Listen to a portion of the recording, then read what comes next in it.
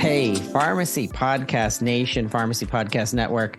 We couldn't save this show because of how excited I was to get Cory Jenks, Dr. Cory Jenks, on the podcast. I was going to save it for one of the episodes upcoming of This Week in Pharmacy, which is our new talk show starting on January 6th.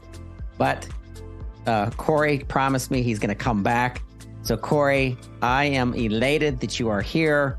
The one and only Dr. Cory Jenks. Welcome to the Pharmacy Podcast.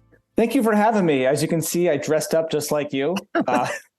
No, I'm in toddler survival mode. So I appreciate your humble ability to accept my casual appearance today. That is fine. That is fine. I tell you, I'm normally that way. I'd have a U.S. Army shirt on right now if it was just kind of the way I want to dress. I had my daughter's Christmas music program this morning, and I dressed up a little bit. If you for the podcast listeners out there can't see me, I have a red tie on, white shirt, my new blazer that I got fitted so it doesn't go down to my freaking thumbs and makes me look like a short man that I am. This jacket actually because it's tailored, it makes me actually look taller. So I like it. Nice. So thank you for coming. Oh, it's my pleasure. I'm excited to join you and chat about all things you, me, whatever we happen to come across and talk about. This is absolutely about you. You've done things for quite some time now, and I can understand this. It's taken me 13 years to get here, and I feel like I'm just getting started. But you've been working the passion of your life, multiple things happening, including being a dad, which is my number one passion. I'm also a dad of four daughters. I know what it's like. Although they're all out of diapers now, the youngest is going to be 11. So it's kind of more helicoptering every once in a while just to make sure that they're okay from afar. But it'll never stop. Once you're a dad, you'll always be a dad. Welcome to the club. Yeah, it's cool. I got a 2 and a 4-year-old, so 2 and 4-year-old boys. So I don't get much sleep or rest, but that's okay. I've been training for it my whole life. That's what all those push-ups have been for. Exactly. So let's start at the beginning. We like to know how does someone look at the pharmacy profession from afar, probably from when obviously a lot younger and you're making educational decisions. What attracted you to being a pharmacist first? And then obviously you got slapped around with reality as it moved forward. But let's start at the beginning. Why did you want to choose pharmacy? What was it about being a pharmacist? Well, plan A, I remember my chemistry teacher junior year of high school asked me what I wanted to do with my life. And I said, I was going to be a pitcher for the Chicago Cubs. And she said, okay, I've seen you play. So what is your other plan that you'll need? And she's like, have you thought about pharmacy? You really like chemistry. Her husband was in the pharma world. And I was like, haven't thought a ton about it, but I had a family friend that was a pharmacist that seemed to enjoy his work. I had another family friend whose uncle was a pharmacist, and it was in the heyday where they wouldn't let him retire because there were so few pharmacists. And then I think the ultimate thing happened senior year of high school. My mom had back surgery, and the pharmacist at the hospital was the one that helped manage her pain the most.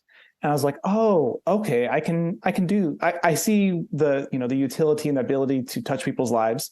And the joke I always also like to make is that I was not going to be doing fluid or holes. So doctoring or nursing was not going to be in my plans because I am too squeamish. Me either. So math, science, chemistry led me down the road to pharmacy. So that's at 17, I picked it. And that was as of 5 days ago, like 19 years ago or something like that. I've lost count. So that's what got me on the road. And then from there, I did pre-pharm pharmacy in 6 years, got my PharmD in 6 years. So my wife's a nurse. God bless her. She now works at a maximum security prison, 2,200 inmates, all male. She has lots of horrible stories that I wouldn't want to be involved in.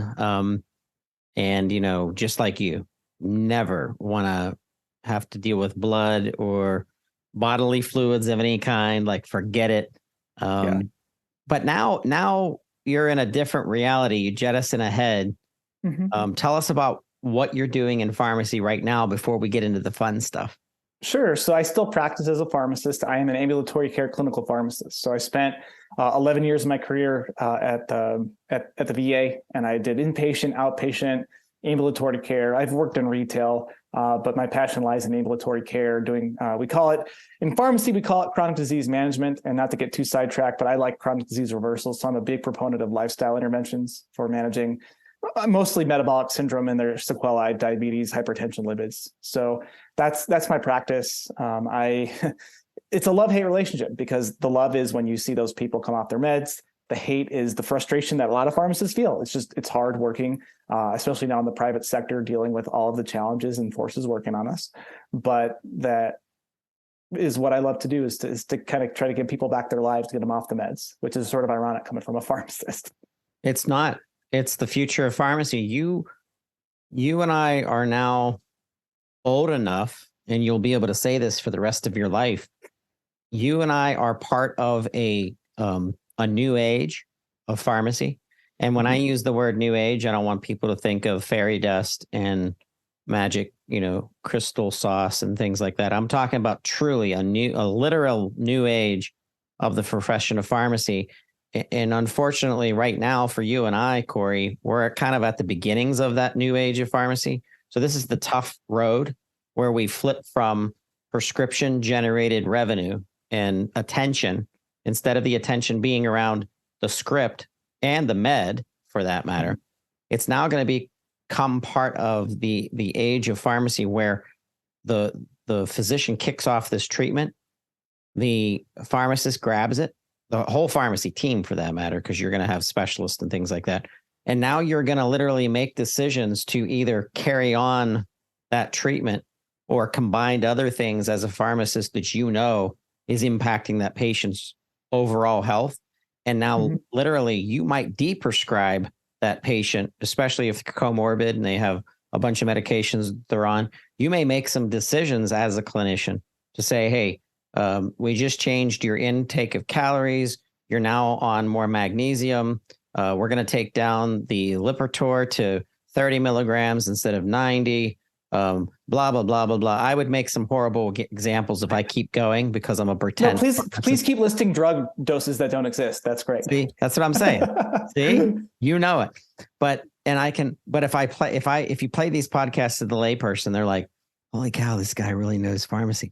I just know I'm a parrot. So I just know what honorary PharmD. Yeah. That's right. Yeah. Well, and that's kind of my goal. And I have additional training as a metabolic health practitioner. So it's not like I'm just kind of freewheeling it. I've studied extensively dietary interventions, so that when I'm speaking with a patient, I let them know that I'm a pharmacist. I have residency training. I have these board certifications, and I have this additional nutrition training.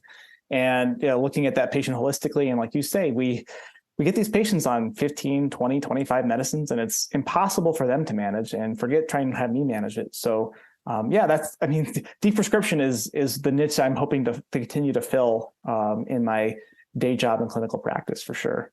It's awesome. Yeah. And I think that will give pharmacists in specific communities the option to become literal consultant pharmacists, returning to the day and age where the physician was carrying a black bag and they would literally go right into the homes of people that weren't able to leave their home for a myriad of reasons and diagnose and treat, on premise. I see pharmacists, they're already doing it, walking into homes under the realm of consultant pharmacists. Sometimes it is extension of a nursing home or assisted living facility, but we know that pharmacy services are now going to be extended to the home. We got things like remote patient monitoring, automated dispensing systems that sit on the countertop of the patient's home, and now. And even community pharmacists, Cory, that are going to be attaching themselves to nursing home-like services that extend beyond medication management, bathing, cleaning, all of these things that these people are in desperate need of because of the deterioration of nursing homes in communities, and doing more from the home. So the road that you're talking about, where you're going, and the functional medicine aspect of this is going to fold right into consultancy pharmacy. And I think there's a future in that for pharmacists. Yeah, I think that would be great. I feel like I owe it after, a decade of a profession where it was prescribed. I feel like I owe it to people in the profession to undo this. It's a great business model. You get more money every time you dispense a med, but at what cost to the patient and their quality of life and all of that. So that's the sad, dark reality of my day job. But the light at the end of the tunnel, as you say, is those opportunities to really make an impact on patients. And the best days I have in clinic are when I say we are stopping your insulin, we are stopping your glipizide or sulfonylureas, we're taking you off blood pressure medicines. And patients, I've yet to meet a patient who's like, no, I want to take more pills and give me more shots, right? No one likes to do it. I don't. And so there's the darkness and the struggle, but there's those light days that keep you coming back to make that impact. It's awesome to hear.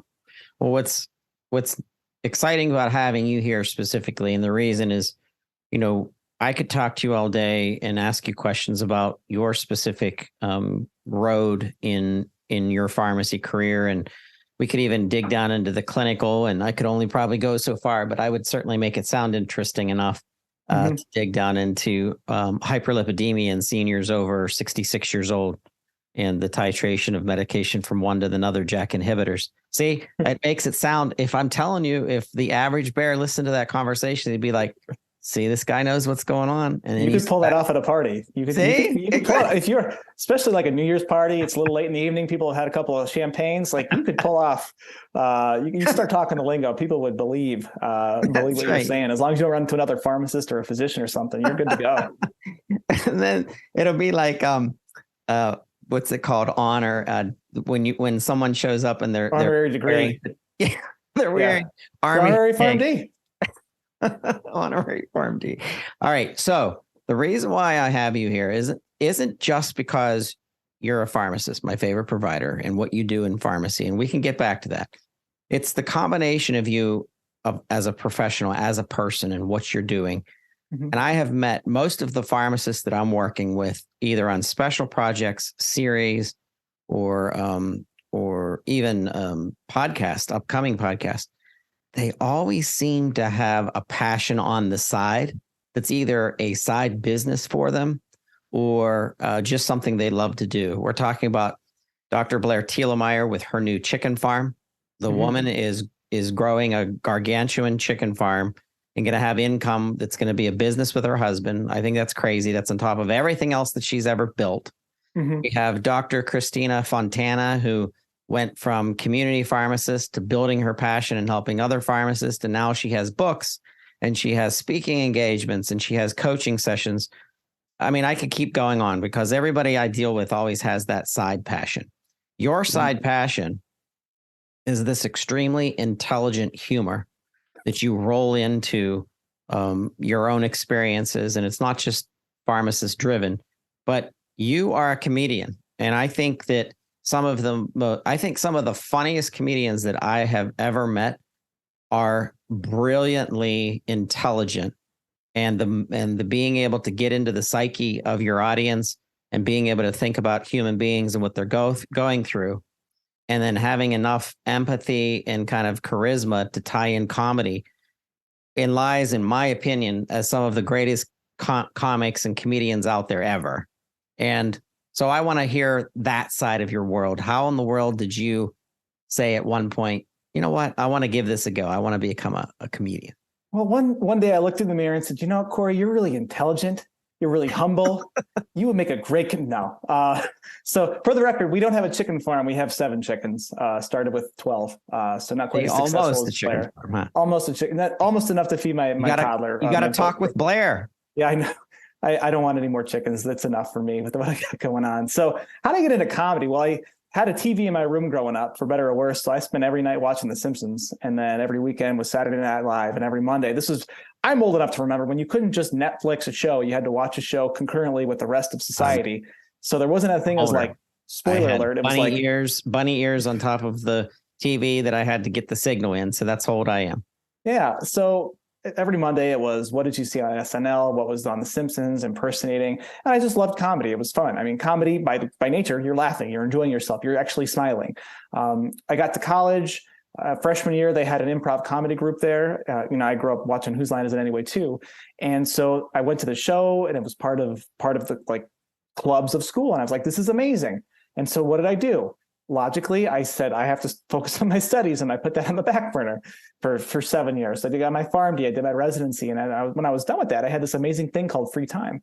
And my wife was starting nurse practitioner school. So she was going to grad school, and my birthday was coming up, and it was her first birthday. She had to buy something for me.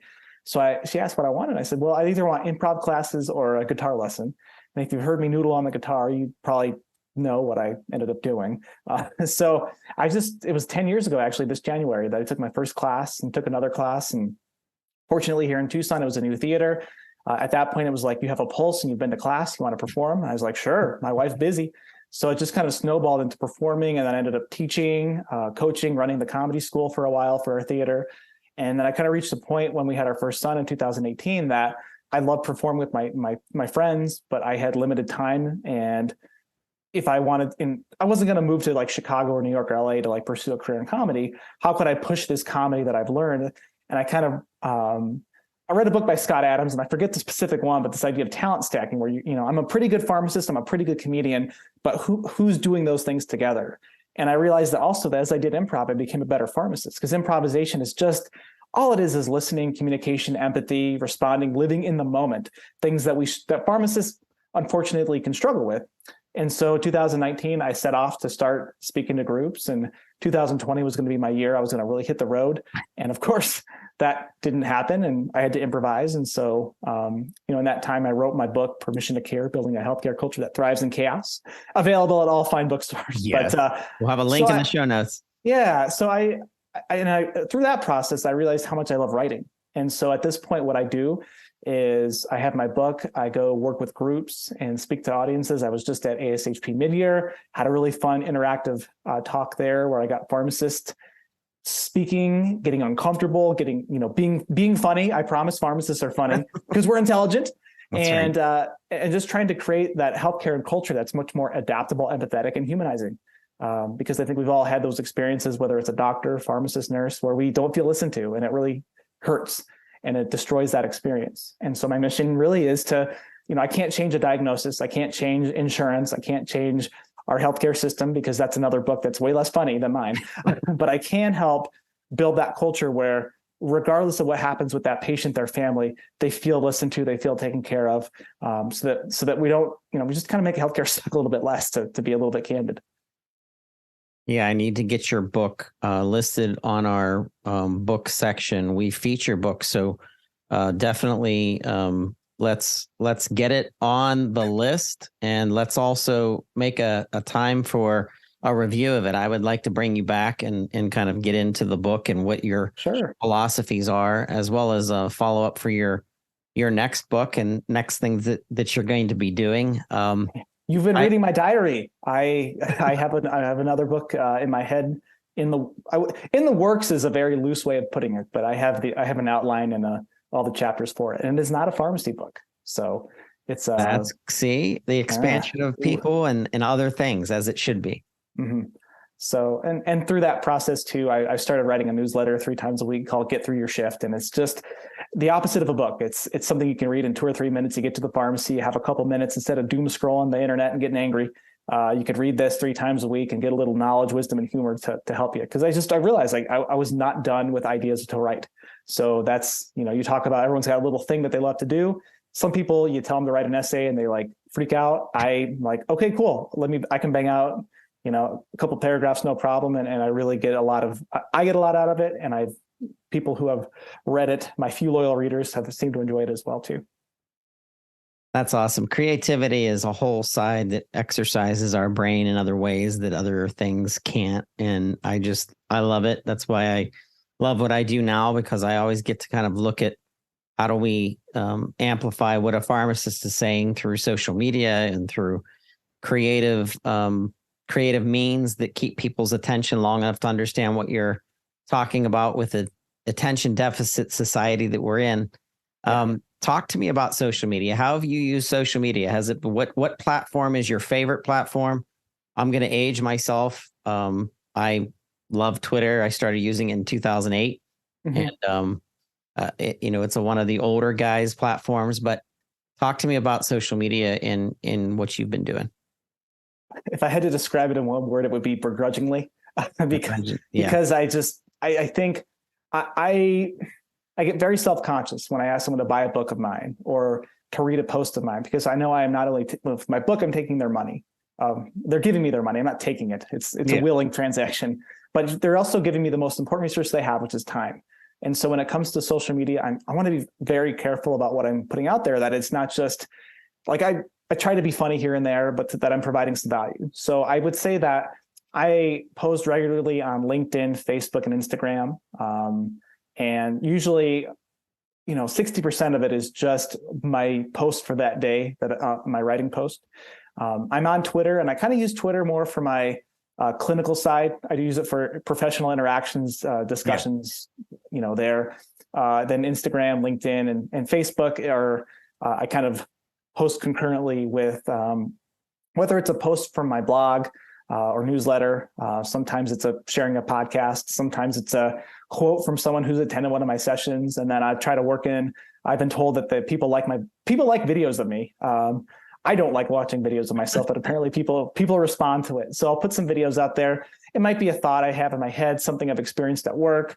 I have a couple coming out at the end of 20, as you listen to this, whenever you listen to it, end of 22, sort of reflections back and my predictions for 2023, with a little wink and a nod that, what can we really predict? But that's just using that improv mindset of sort of accepting reality and letting go of control, which pharmacists have a hard time doing. I kind of use that perspective to try to bring the comedy. And then occasionally you'll see a picture of me as a kid, and people really seem to like that, especially my mom. She comments on every one of those.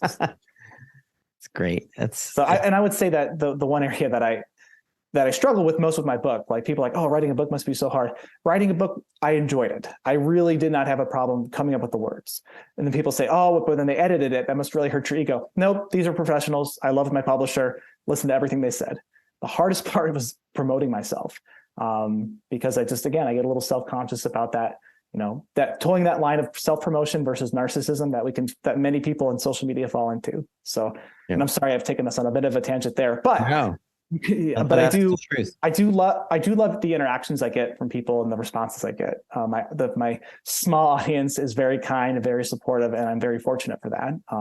Would I love a bigger one? Sure. It just means I get to reach more people with my message, but I'm not freaking out about followers at this time. I do my best to slowly play the game. Like, you've been doing this for 13 years. I've been at it, 3, and I'm pretty happy with, if I look back on where I want to be, I'm frustrated. But if I look back 3 years ago, I'm like, holy crap, I wrote a book and I've spoken to like thousands of people. Sweet. We're on the right path. It was awesome. Yeah. Yeah. Social media is, it's fun sometimes, but it's also a lot of work. And, I was a one-man band until 2019. And now I have people helping me with editing and creation and a little bit of social media marketing, but I'm still the primary of, Twitter, of Instagram, of the occasional TikTok, and each of them have different personalities. What I really liked what you said, Cory, was what platform you were using for different things. And I agree. LinkedIn is my very extremely professional interaction with not only pharmacists primarily, but people in the entire healthcare spectrum, let alone just general professionals in general that respect each other. And I think it's a controlled environment. I think it's the last of social media that's still 92% professional. Yeah. Every once in a while you see a squeak in of somebody using it too Facebooky. I think LinkedIn should create a little button that if you think the post is too Facebooky, that you could press it and it kind of like, and then it's almost like an algorithm where it gives it less attention if it starts to happen more often or something like that. Yeah. Have a send to MySpace button. Yeah. Send to MySpace. That's right.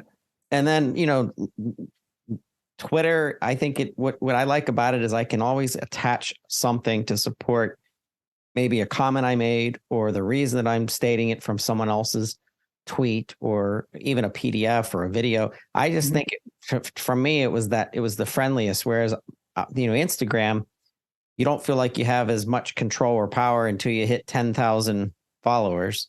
And then just until a year and a half ago, they didn't have a way to put links on your post. Now, story, you can put a link, but in your post, you technically can't put a link in your post unless you once again get over, I think, 10,000 followers, or maybe not even that.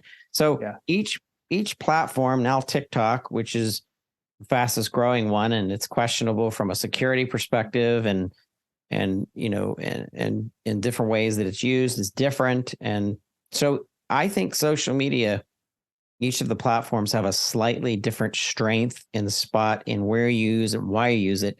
And right now, if I count my fingers, that's 1, 2, 3, 4, that's 5 platforms. That, like, not only is that too many, but please don't give me any more. Yeah, I'm with you. And I have someone helping me with my social media too. So if you're like, Cory, your posts are really pretty, it's like, yeah, someone helped me make them pretty. Outsourcing. It's time.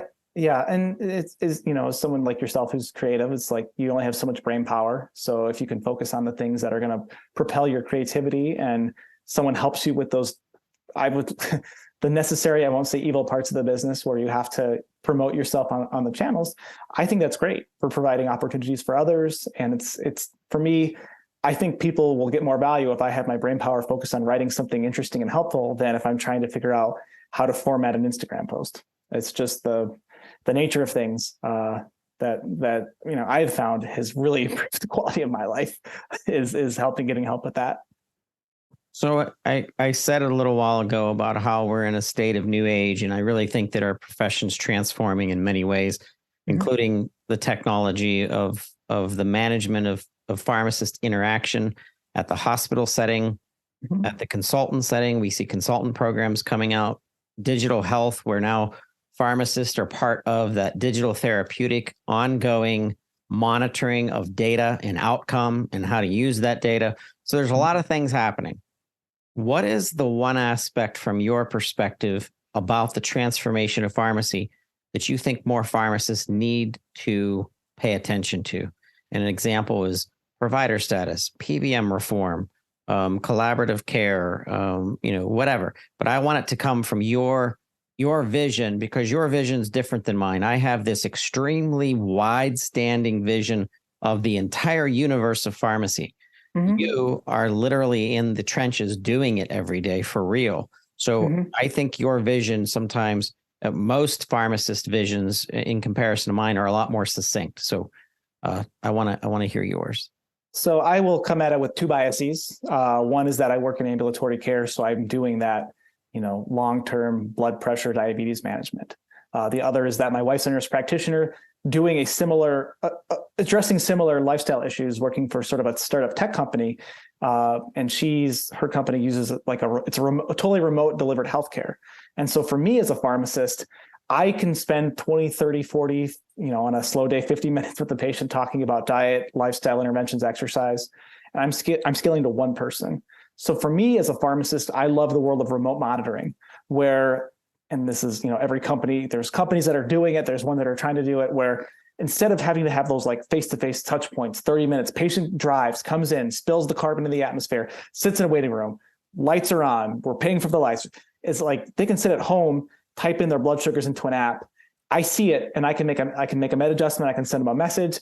Oh, that looks like this. We're going to lower your Lantus insulin today by 5 units. You're doing awesome. Keep it up. Or it seems like you're having some struggles, or you're having some stress or sleep issues.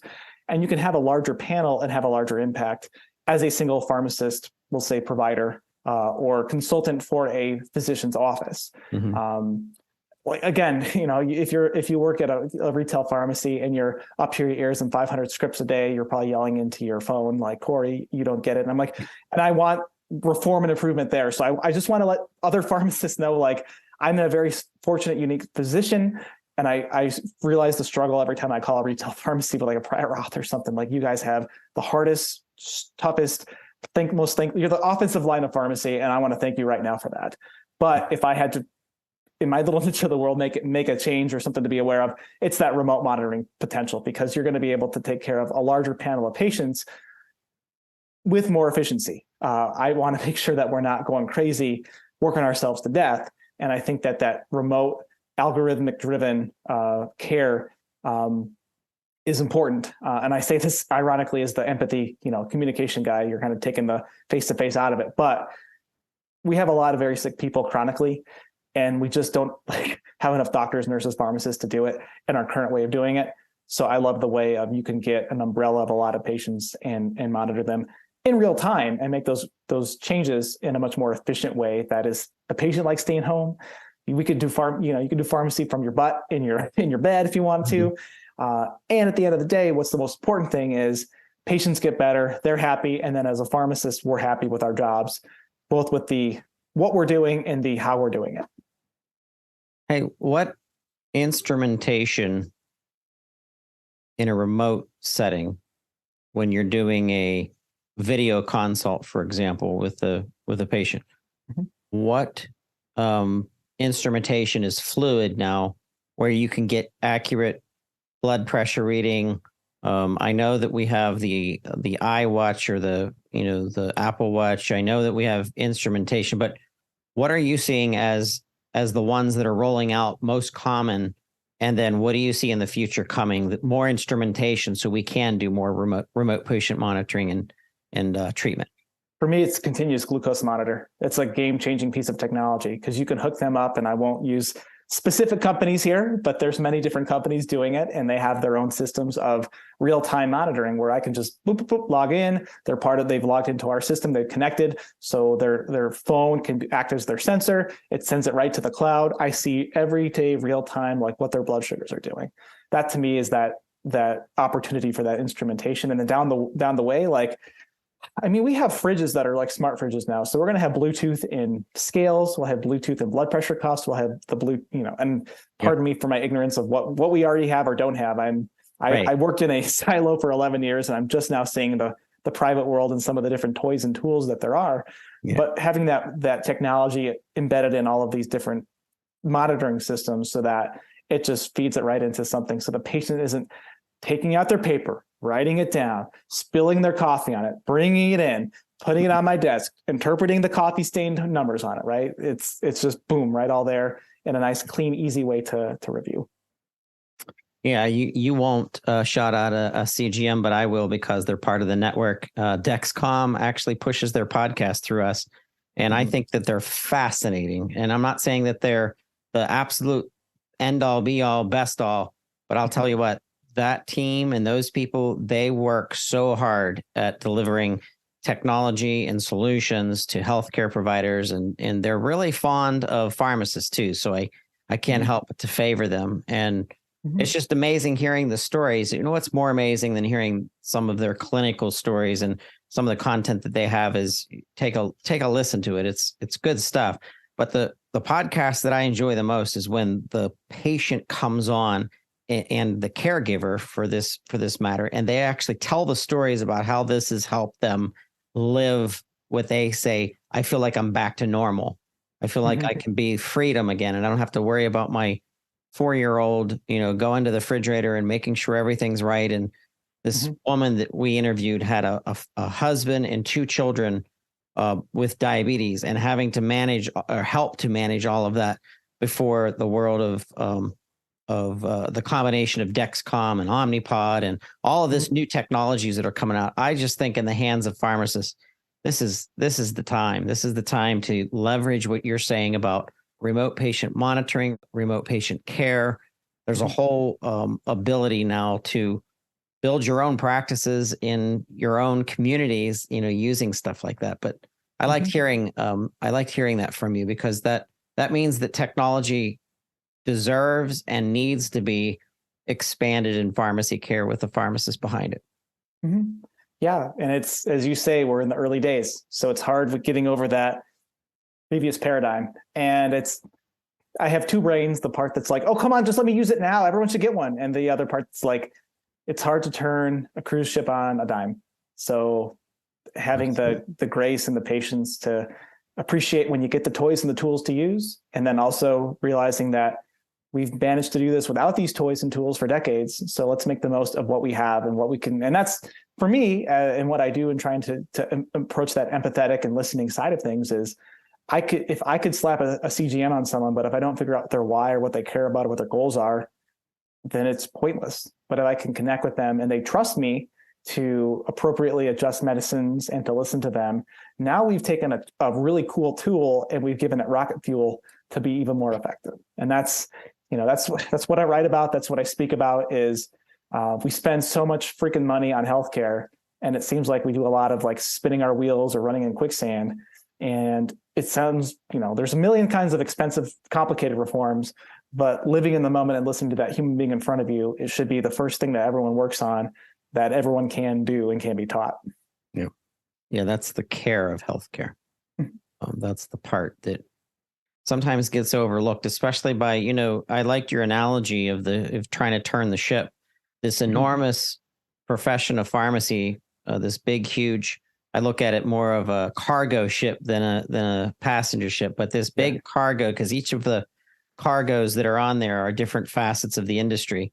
And the currents under the ship are trying to keep that ship from turning, because the currents, which are like our payment systems, for example, they don't want to give up the revenue. They want to keep it transactional. They want to keep it commodity, and they want to rinse and repeat so that it's all about the money. And unfortunately, the money side of our healthcare industry has really kept our passionate physicians, our passionate nurses, our my most amazing favorite pharmacist out there from really doing what they wanted to do from the beginning in their heart of hearts. And but like I said, this is part of this new age, because I see pharmacists taking back the industry. Our associations are making huge leaps and bounds of progress in comparison.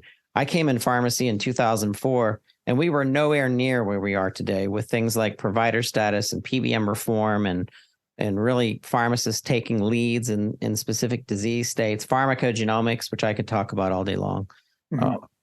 Not in the weeds, though. Please don't tell me what a P1215 near niner BB is, because I don't know what that means. Or you could have fooled me. I have not dipped my toe into pharmacogenomics very much. So I did a elective, and that was 18 years ago. So or 16 years ago. So if you can believe it, I don't remember everything I learned in pharmacy.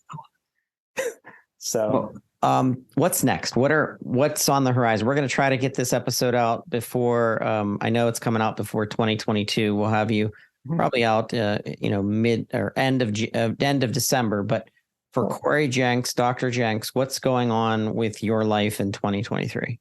2023? Well, you've heard it here first. We're adding to the kid collection next year. So that's we're collecting. Awesome. We're getting a daughter. So you have 4 daughters. We got 2 boys. We're getting a daughter. So congratulations. So that adds a little spice to the mix of the next year. But the world's for me, about to be rocked again. It was rocked as being a first dad, and then the second dad, kind of the second kid, changed the dynamic, and now all of a sudden the tornado will come for a while, and so that'll be fun.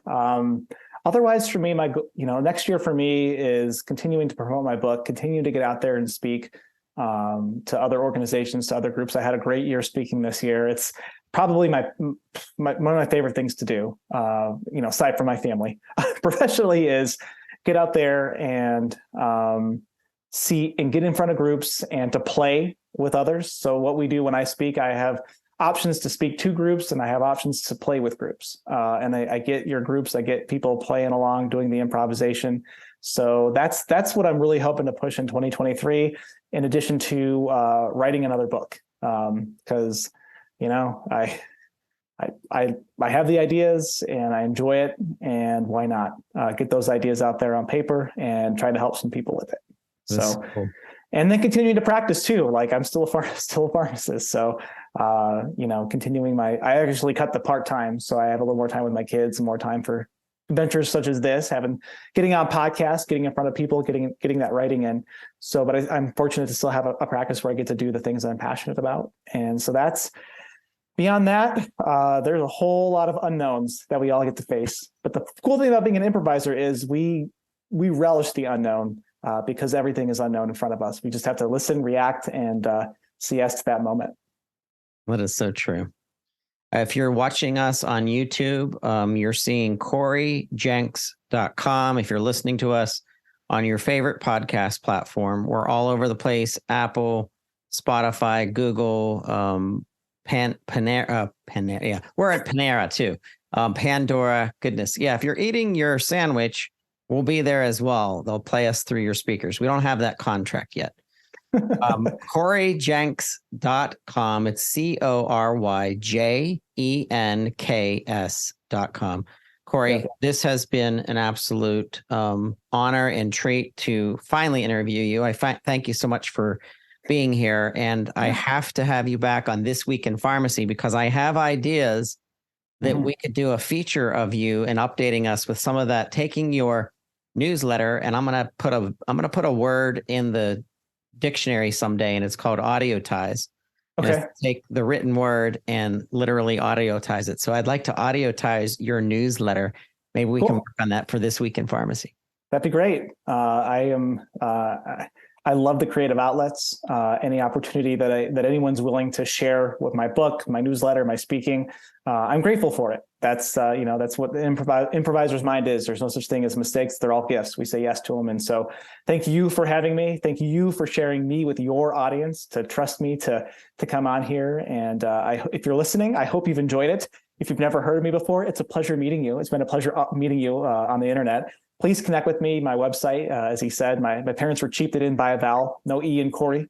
But if you connect with me on LinkedIn or any of the other socials, I will get to you. I'm in the middle, as of December 15th, I'm doing a Thanksgiving to Christmas no-go on social media. So I have someone posting my stuff, and I'm trying to reset those dopamine receptors and live in the moment a little bit more. So if you've sent me something and I haven't got back to you, I will. It's not because I don't like you. It's because I'm trying to love myself more. That's good. That's good. It's good to have family time. I have to do that. I'm guilty of not doing that enough. So thank you. Thank you so much, listeners. Thank you, pharmacists. Thank you, pharmacy technicians. Thank you, pharmacy professionals. Remember, Pharmacy 50, the 50 most influential pharmacy professionals, people that are just passionate about our industry. We're still taking votes. Our voting will go until December 26th. And with that, I say have a very blessed holiday season. Merry Christmas. Happy Hanukkah. And we can't wait to talk to you next year, Cory. Thank you. Thank you.